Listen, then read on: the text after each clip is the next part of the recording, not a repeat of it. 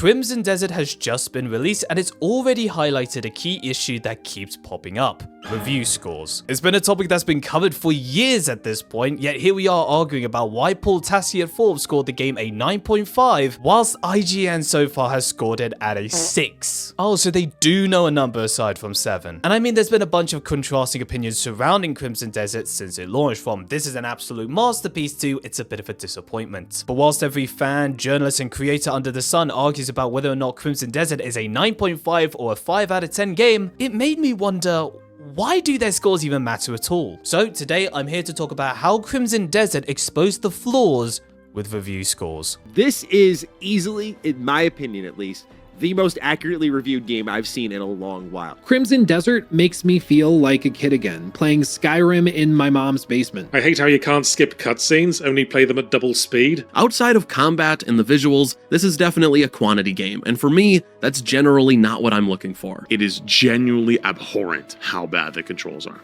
This game is awesome. So far, I've really enjoyed it. This is without question the biggest single-player game I've ever played. The amount of stuff that I would describe as like definitively good and that I've had like a great time doing is getting thinner and thinner the longer I play, man. It's been tough. Before we dive in, I think it's important to establish what the point of a review score actually is. Well, I think it depends on who you ask. To be informative, clear, or to rage bait you specifically? Maybe. But if you ask me, I'd say it's a convenient way to communicate the value of something in an all-encompassing, quick, and easily digestible format. TLDR, number equals good or bad. Someone should be able to see that score and immediately tell what your sentiments are about the game. From it's fun, a masterpiece, it's alright, to stay away at all costs, this game murdered my firstborn child.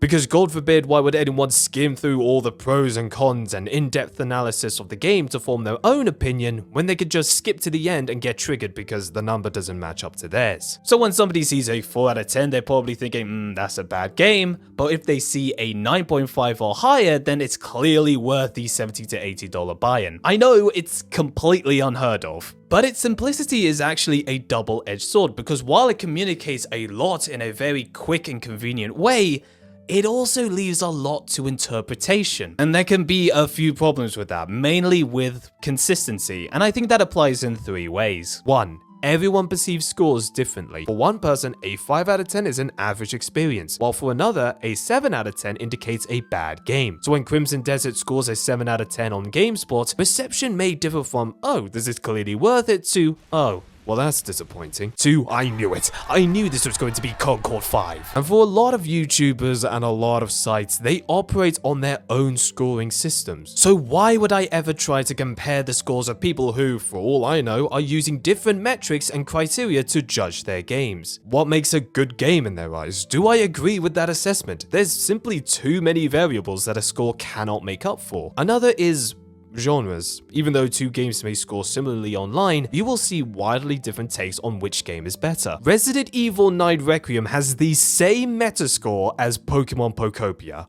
I mean, they're both really good games, so that's not really too surprising. But even though, numerically speaking, they are on even footing, these are 2 completely different experiences. And ask anyone and they will undoubtedly say that one game is better than the other. Some may prefer Resident Evil's realistic graphics before AI, or like the colorful style of Pokopia. Some may enjoy highly thrilling action mixed with horror, or would rather spend the evening playing something more relaxing and wholesome. And that leads to my final point: individual taste. When seeing IGN's in-progress review of Crimson Desert, I saw a lot of, oh, I stopped listening to IGN when they scored Dragon Age the Veilguard a 9 out of 10, conveniently leaving aside the fact that those reviews are written by 2 different people. A lot of sites may have full-time staff that make regular appearances, sure, but they are also made up of a bunch of different writers and journalists with different tastes to one another. On a single site, one may find more enjoyment in open-world RPGs, while another writer may enjoy more linear experiences. One guy might have an absolute disdain for multiplayer games, while another absolutely loves them no matter the quality. At the end of the day, a lot of these reviews are just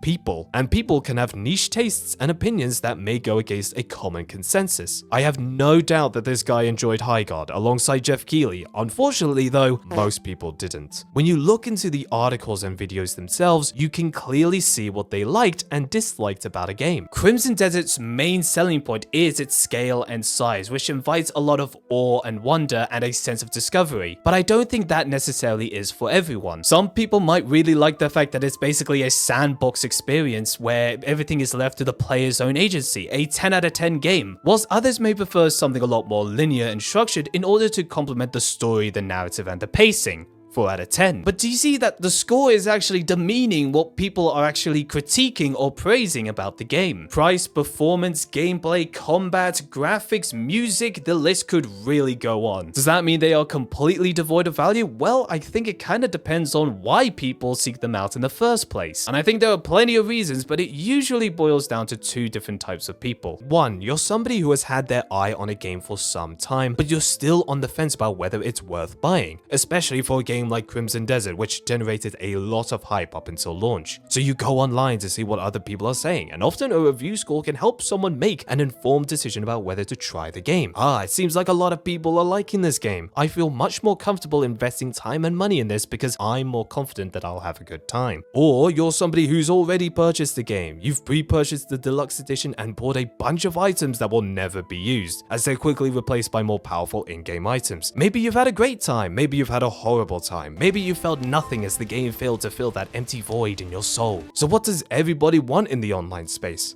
Affirmation. Do people agree with me? They'd better. So they go online to make sure that they're not out of touch or going crazy. And I think this is where a lot of the tension starts to kick in. It's times like these that I'm reminded of a particular quote online. Now when gamers disagree with someone, they simply refer to the standard template of going, nope, you are nitpicking and biased. I win, bye-bye. And at the end of the day, there's no unique qualification that elevates the opinions of a developer, a journalist, or a creator's opinion above that of the average rando online. Only difference is that these people are paid to have bad takes. Aside from seeing whether or not a game actually works or not, judging the quality of something is ultimately a subjective endeavor. There's nothing to say that my opinion is a lot better than yours. Honestly, the best thing you can really do is that if there is a game that you really have your eye on, do the research. See how these critics rated past games and see if their interests align with yours. And I think that will ultimately determine, how reliable their opinion is. Because shocker, if a lot of their 10 out of 10 games is also your 10 out of 10 games, then it's likely a safe bet to use them as a reliable source for future upcoming games. It was really interesting to me to see how much hype was built up for Crimson Desert leading up to its launch, being held as the next Breath of the Wild, and then to see all that hype immediately just die down as soon as the critic reviews came in. Now, that doesn't mean there isn't any value in review scores, full stop. They're a great way to summarize one's thoughts.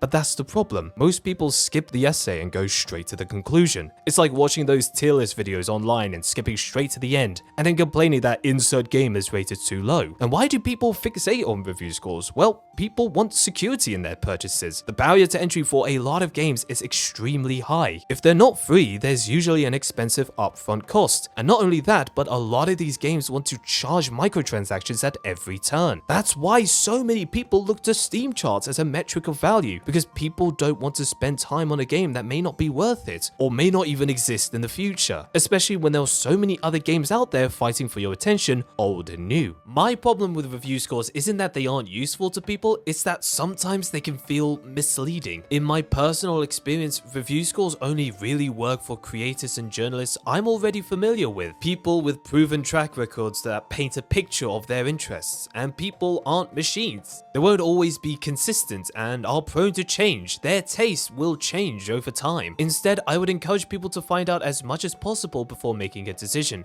It's a lot of money after all. Use multiple sources. Really assess what people like and dislike about the game. See if someone's take tracks, or if they've just stolen it from somebody else, or if they're just making it up as they go along. And think for yourself. Draw your own conclusion. And let's be honest here, if watching a game trailer, or hearing about a game, or seeing one of your favorite content creators play it does not immediately spark excitement from you to buy the game, chances are you've already made your mind up about it. And if you played a game and really enjoyed it, why should a score score take away from what you've enjoyed? That being said though, never underestimate the power of a score, because while I may not agree with what it represents, its impact is undeniable. Pearl Abyss share price has dropped by 30% as a result of the Metacritic score, because Crimson Desert, as of recording, is at a 78 overall. Like, from the outside looking in, it's definitely not a game for everyone. Go figure, I don't think there really is a game that is quote-unquote for everybody. Black Myth Wukong, Elden Ring, Expedition 33, Astrobot, Dispatch, Stellar Blade, these are a lot of games that had a very overwhelmingly positive review score, sure, but there's also a very vocal minority of people that also shared their criticisms of the games as well. And I mean, like, it's also just been fascinating to see how vastly